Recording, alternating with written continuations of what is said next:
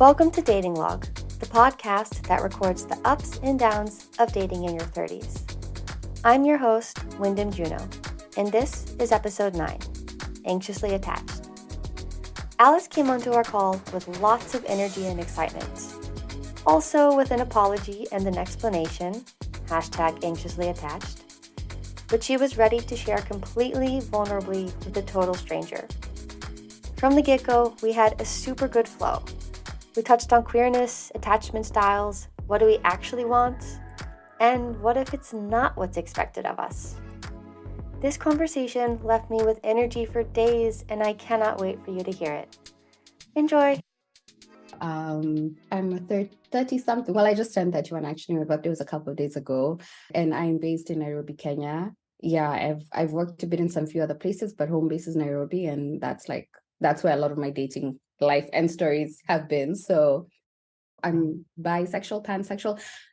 I use queer because it's just like I feel like it helps me. It feels like a very grounding space to stand on, because it's like I feel like I've been attracted to people who are of all different genders, so I don't really feel like I'm attached to one particular orientation, if that makes sense. I will say, because I was raised in Kenya, I think a lot of my dating experiences have been with men, but that's like something that I know is just like more circumstantial than like about me myself. That makes sense. Yeah, definitely. Thank you for sharing. How do you meet people when you go on dates? Yeah, that's a good one. Well, I've used, yes, I just got out of a long relation. Well, yeah, like a year-long relationship with someone, a man that I met on Bumble, like a year and a half ago. And we dated for like a year, and then we just broke up very recently. Outside of him, I think I've met a few, I met a few other people on Bumble, but that's the first relationship that really took off and went somewhere. For the most part, I think it's been folks that I met through friends or at events. There is a very thriving queer scene in Kenya, even though it's underground for obvious reasons. And so, there'll be events and mixers and stuff. And so I used to attend those more often. And so I met people there.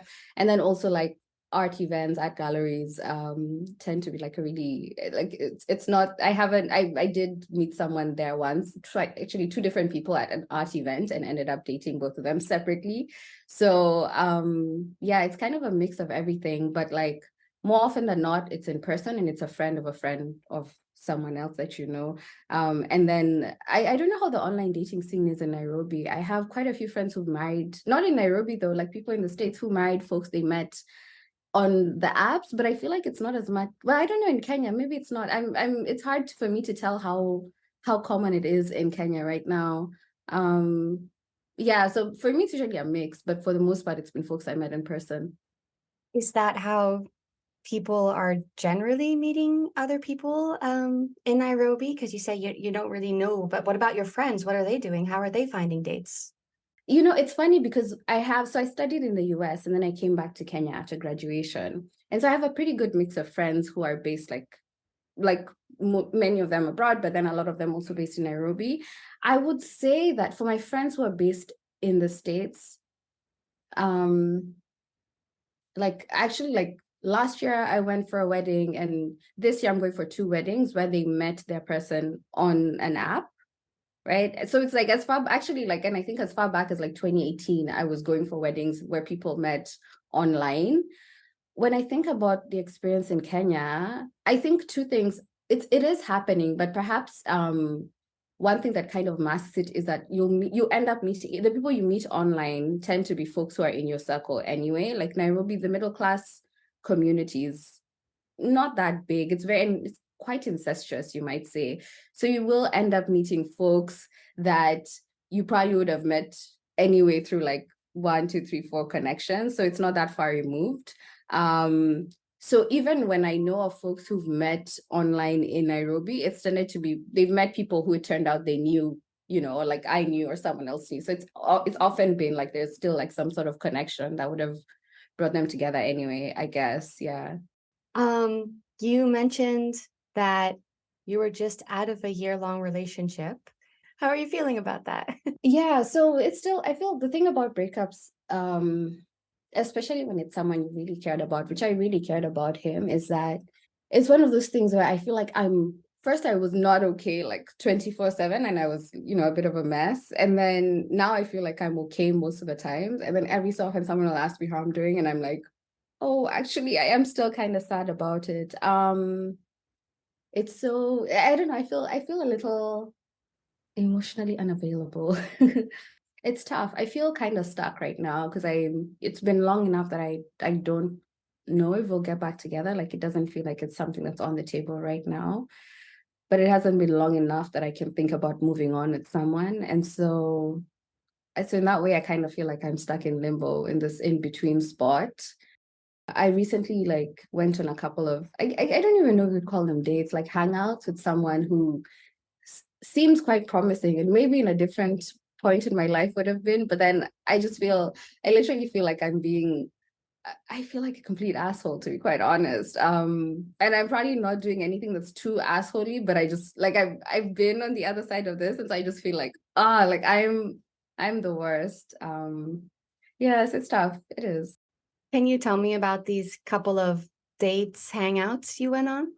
Yeah, so it's he's a friend of like we have mutual friends, and so I met him at a gathering, like it was just like a party, and it really does feel like it's like always wrong timing because the first time when we met, I was just getting into this relationship, and so we didn't see each other for a while, and then we met again now, and now I'm single, but like, and so like we it was like it was a friend's birthday, and first we went out into like we were somewhere out of town, and then we were driving back in, and so he drove us there and back because we had to we coupled in a couple of groups, and so at some point he and I were just like driving the car, and it was very comfortable, very easy, and just like really nice conversation.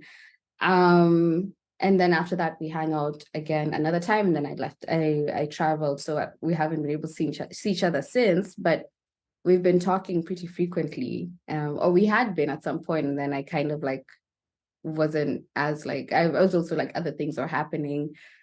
But I think so. Are you familiar with attachment theory and attachment styles? Yes, but no one's talked about it on the podcast yet. So please go ahead, explain a little bit and say what you want to say. Yes. Yeah. No, I mean, so basically it's, and I mean, like this, of course, there's always like it's scientific, quote unquote. Like there's always questions about how correct it is, but basically it's the idea that like based on how we attach to our caregivers, i.e. our parents or whoever brought us up, we have certain habits or certain strategies that we lean on when we are attaching to romantic partners, but also to friends. Basically, like how I mean, it's like the basic science or the basic facts of it are depending on the home you were raised in, like you show up in certain ways in your relationships as an adult.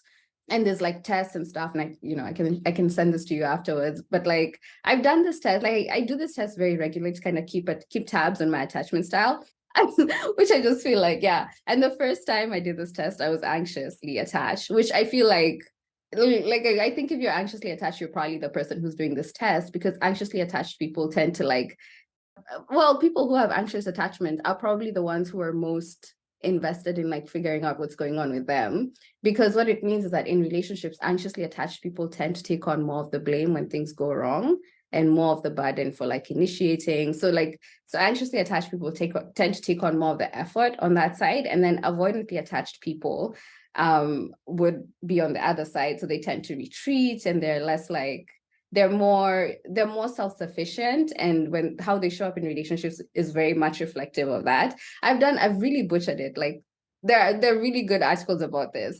And then there's like the lucky few people who are securely attached, which means they walk into relationships and they're just like, I don't even like, for me, it's a learning process. I've been figuring out with my therapist, like, okay, so sometimes I'll tell her something and she'll be like, yeah, that like that's your attachment style. And I'm like, wait, like what do securely attached people do? Like it really for me is like this big mystery. Like what do people who are securely, but basically if you grow up and your parents were receptive and your home was calm and like, and they were attuned to your needs, like you show up in life like knowing that the world will take care of you, and and that for me is like, because I had like a crazy upbringing, and my folks had like their own, like my parents were divorced, and it was like a really messy divorce.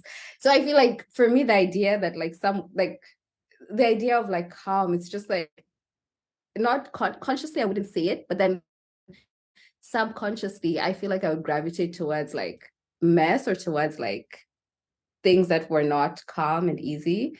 um yeah, and so, oh, and then the fun, like, so yeah, so the like God's chosen few are securely attached, but then some people happen to have like elements of both anxiously and avoidant, like they're both anxiously and avoidantly attached, because like, like if you went through some shit when you were younger, it tends to reflect. And like none of this is set in stone. Like you can start off secure and maybe have a bad dating experience and then end up being a little more avoidantly or anxiously attached.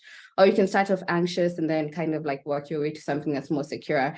So I feel, so I've been doing, anyway, all of this is to say, when I first did this test, I thought I was anxiously attached. I came, like it said I was anxiously attached, and I've been trying to do the work, like get to a more secure attachment, which is just like a lot of therapy and a lot of like work on like my trauma and like things that I wasn't aware of that I was carrying, or beliefs that I had about like relationships. So yeah, so anyway, so it's, but where all of this was going, I feel like I just like went on such a tangent, but like where all of this was going was, I was gonna say that like, this is because I'm actually attached, I'm very self as actually attached. When I think about my dating relationships, I'm very accustomed to being on the side where I'm trying to like win someone over, or I'm trying to convince someone to like, you know.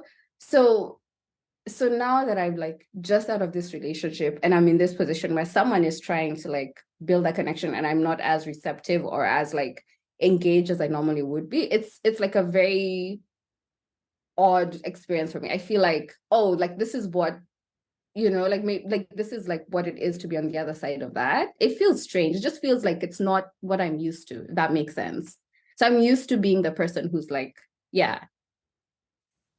And you've, in the meantime, since your, let's say, last relationship in the last years of your life, you've been doing therapy and you've become aware of these things.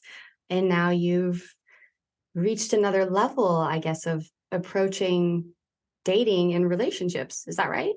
I think part of it is that, like, I definitely think that I'm more securely attached now than I was a couple of years ago. But I also, I mean, I do recognize that I'm emotionally unavailable right now. And so, yeah, and so it's almost like, okay, maybe, and, it is what it is. Like, it makes sense that when you've just gotten out of a relationship, you wouldn't be immediately ready to jump into something new. But it's always it's very unusual for me to be, it feels, I don't know, it just feels unusual. It feels odd. I have so many questions, but do you notice a difference in the dating scene between, let's say, the heteronormative world and the queer world? Um, I think yes. And then I think there's the added element of living in a country where your existence is criminalized. So I think there is, and I think, yeah, for sure, that like the messiness and the chaos is still, I don't think it's unique to the heterosexual world. I think it looks different, right? Like I think that, when I'm thinking about dating a man in Nairobi, I'm thinking about the gender dynamics in a certain way. I'm thinking about the fact that, oh, is he going to be like a misogynist guy? Like, are we going to sit down, like the first few things he says are terrible? Or are we going to like have a nice time? And then I start to notice things here and then I'm like, oh, hold on a second. Like, is this someone I want to be with? Right. So you're always kind of like making those deliberations as you go along. And with queer people, maybe that is, or with queer women, with women, it's not as much of a consideration. But then you're also thinking like, is this someone who is still not at peace with themselves, or is still kind of struggling with their sexuality? And I've been talking with like some friends of mine, and one of them was talking about how now that she's getting to a point where folks are partnering up and getting married, there's always the question of like, okay, well, if you're queer,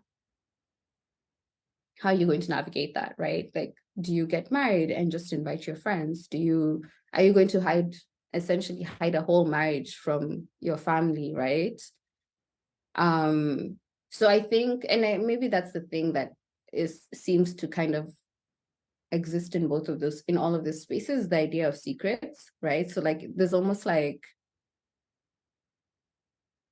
I don't, I don't think it's just about like yes, part of it is like hiding relationships from other people. So like whether you're queer and hiding your relationship from people who are very important in your life, or you're straight and you have and if you're having an affair and you're hiding that from important, like, or you're hiding a family from another part of your life, right? So there's idea of like secrecy, and I think, but I think it goes even beyond that. I think that even when people are together in relationships, sometimes I don't, I think there's still a lot of secrecy even within the relationship, even when it's not about infidelity. You mentioned that your friends and let's say people around you are reaching the point where they partner and marry. What are the societal expectations of that in Nairobi? And do you feel that pressure or? A few years back, I was talking to someone and they said something like it felt like it was that game. Is it like musical chairs where the music is playing and then the music stops and everyone grabs a chair and you're just like, wait, hold on. Like, I didn't know we're playing this game. And she said at the time and I laughed about it. And recently I'm like, oh, I actually kind of see it. Because I feel like, so I have like you saw, like every year one or two friends will get married, right? And this has been the last couple of years, it's been happening every year. Whereas there was a time when I felt like we were all single, like someone would be dating someone, but you kind of didn't know where it was going to go. And now it's like someone brings their partner to the wedding and their wedding is going to be in like the next year or two. Like it's become a thing. It's like a rite of passage. And I have yet to take a partner to I've yet to like go with a partner to a wedding. Usually not even because it's planned or anything, just like a logistical thing. Like it's never worked out like that I could go to a wedding at a place and my partner was also available.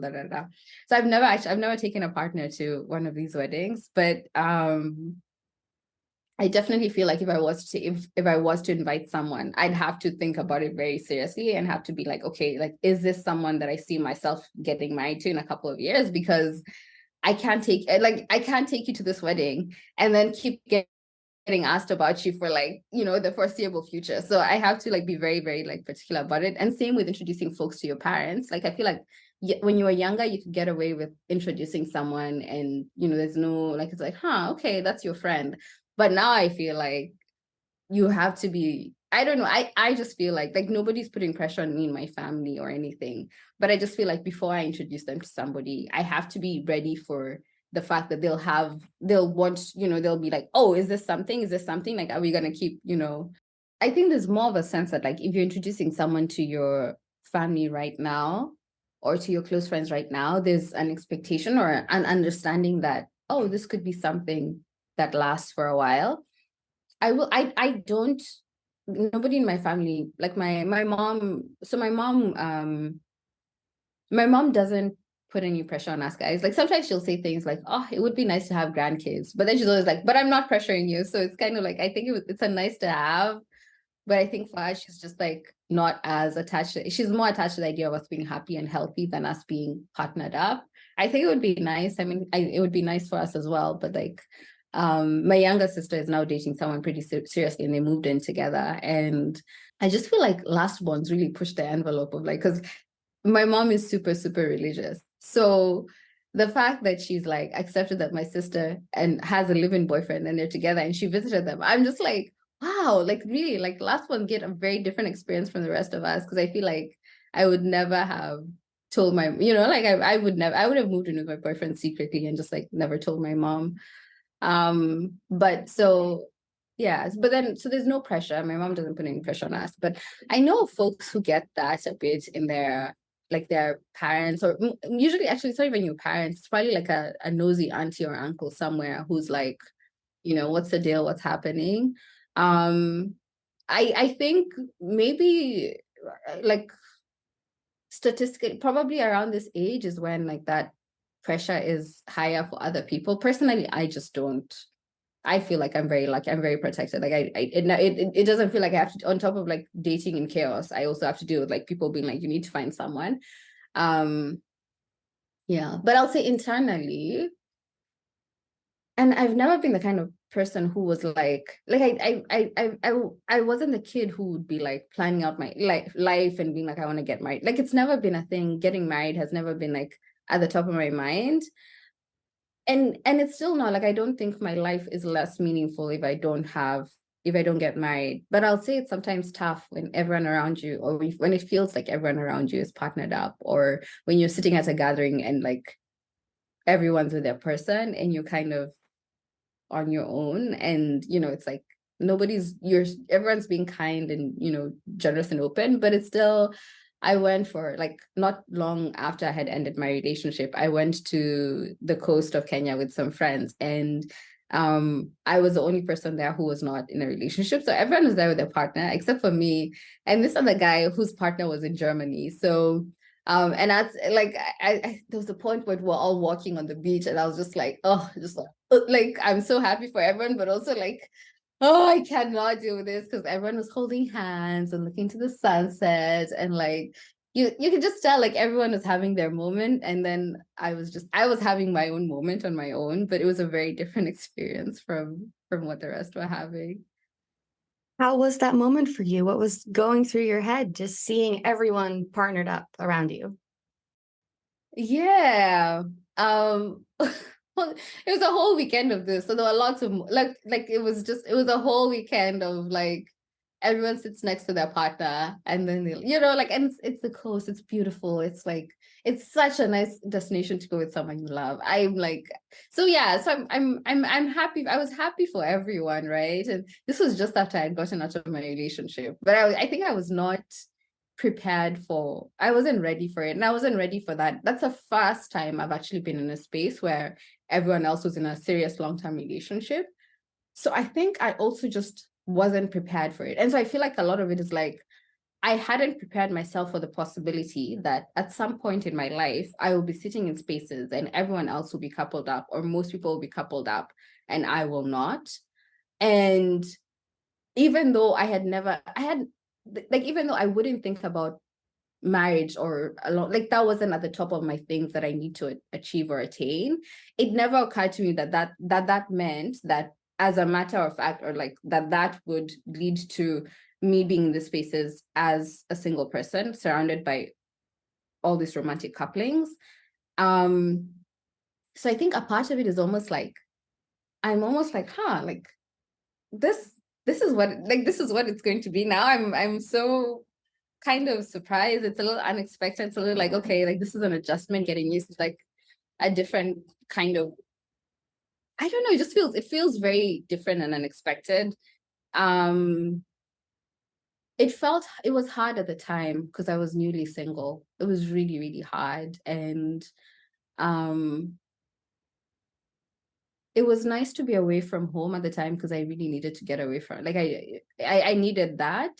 But it was very tough to being in a space and to realize, oh, like I could have been here with my person and I'm not. And now I have to watch all these other people be really happy together and kind of feel a little bit sad for myself. But then also like I can't just like feel sorry for myself, because then I don't want to be the downer at this event. So I also don't I feel at the same time, sometimes I look at my friends who are like in serious relationships, like married and or approaching marriage.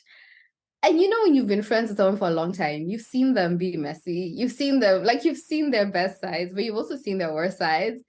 And sometimes I'm like, well, if they can be if they're in a relationship and it seems to be working, like clearly there's hope for everyone. Like, and no, that sounds so rude, but less like that and more like, well, clearly then I'm not, like, it's not me. The fact that I'm not there yet doesn't mean that there's something about me that's so wrong and so broken. it's just, it's just a matter of finding my person. And so sometimes I'm like, okay, like I'll find someone who can accommodate my version of like weirdness or yeah. So I find it to be very comforting to see my friends. Like it's very reassuring in a way. But then sometimes I'm like, wait, hold on, maybe I'm just like completely disconnected to how bad. Like maybe I'm more of a mess that I'm acknowledging. But no, I think it's just reassuring to realize that okay, like you don't need someone who's perfect. You just need someone who fits your type of like weird or your I don't like the word crazy, but like someone who fits your like oddness, Uniqueness, but we say. Yeah, yeah. I use that word. Yeah, I like uniqueness. I like uniqueness. Is being in a long-term partnered relationship something that you're looking for and that you want in your life? I think I think there are things that I'm still not sure about. Like what, it's sometimes it's hard to envision my life partner or something like it's hard for me to envision what they would, like it's sometimes a little hard for me to like imagine what they would look like or what they would be like it's hard for lots of reasons. Sometimes that's like a little challenging for me to conceptualize. So sometimes I feel like, well, maybe not everyone is supposed to be not maybe not everyone should get married, like maybe not everyone should be doing those things and having like maybe not everyone should be doing those things like getting married and having kids. Like maybe that's not, and like maybe that's not for all of us. And then that means like thinking about okay, what would it mean? I think maybe that's where I'm at now, is thinking about what would it mean if I wasn't to go down that path. Like what would it mean? It would mean like more weddings where, I would go solo or I'd go with a friend or, you know, um, it would mean like being an aunt as my friends have children. Um, but what would it mean? Because I think that also as a woman, especially if you decide to have children, there are certain trade-offs that you make, right? And so that for me does make me a little bit nervous because I feel like I have like this window of a couple of years when I have to decide if I want kids or not. And I ideally wouldn't want to be doing it alone. Like I would want to have a partner, but then, you know, like, so then there's like the thought process, like, okay, if I want to have kids, what would I need in order to like set things in place to have children financially, but also like in terms of community. But then the flip side of it is, so what if I don't decide to have kids? What if I just don't decide like this is the life that I want to live? Like, how am I going to give my life meaning? And I think maybe that's also a shift that has happened as I've seen my friends take that path, is now I'm asking myself that question in a more like intentional way. And it's so scary, right? Because I feel like this is I don't know, it's scary to kind of have to think about like how do I give my life purpose and meaning when there's this other way that other people around me are giving their life purpose and meaning. And I feel like also like I've never been the person who would like plan for my future, but I also am not. I think the people who are very clear on like they're child free by choice, they don't, like the people who are very clear on like that's who they are and like that's who, so I feel like I'm neither one of these. I'm not in either of these camps. I'm just kind of in the middle living my life and trying to. So I don't know. And I would be interesting if like we spoke a year or two from now and maybe I'd have a very different perspective. Do you have a next date planned with anyone? I don't have a date planned. There is someone that I was talking to and we like vaguely agreed to hang out when I got back to Nairobi. I also vaguely plan to hang out with my ex when we get back to Nairobi. So oh, I don't know, man. So who knows? No, I don't have a next date planned yet. And the last question, do you have any advice or words of wisdom that you want to leave other listeners with who are dating? Yeah, that's a good one. I feel like I guess I think something that's been really reaffirming for me, or something that's been really affirming to me as I grow older. So is just kind of listening to your gut, and it's one of those things that's tough, right? Because I'm always like asking, like, what's the difference between like just my anxiety, where sometimes I'm wrong and I'm just kind of like projecting my own fears into a situation, versus actually this person puts me ill at ease and I don't feel right about, like, and what the distinction is between the two of them. And it's so funny because like I cannot put it in words, but I feel like you kind of know. I think there's always like a deep sense of knowing. And maybe that's what you were alluding to when you said that usually within the first date, you have a sense of like, is there something here? Is there not? I do think that we tend to know. And I think we know when, like, we know on all the fronts, right? Like, we know, is this someone who's good for me? Is this someone who's like, is there an attraction here? Am I interested in this person? Are they like genuinely, like, I feel like there are things that we kind of know, but maybe we overlook because we're trying to like stay open. So, and I think on the flip side of that, I think there are times when personally I have maybe ignored my gut and like and kind of just like reasoned my way out of like what I feel or what I'm noticing about myself. So I feel like that's probably and I don't even know if I'd give this as advice to your readers, your listeners, because I'm guessing some of them already know to do this. So maybe it's advice to a younger version of myself, or anyone who's kind of like feels like they have resonance with some of the things that I'm saying, is like the importance of checking in with yourself and of taking things slow. And if someone is the right person for you, like, I don't think that they're going to disappear or stop being the right person for you tomorrow or in a week from now. So kind of like honoring that if it doesn't work out, like that's okay, and that's like part of the journey.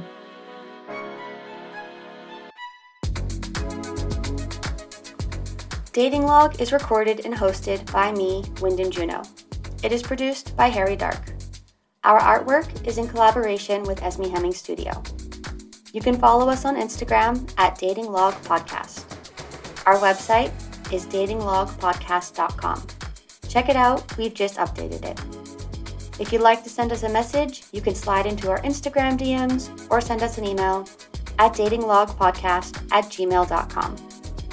Please like and subscribe wherever you listen, and if you're enjoying the episode so far, leave a review and tell a friend. We'll see you in a fortnight. Please don't ghost us.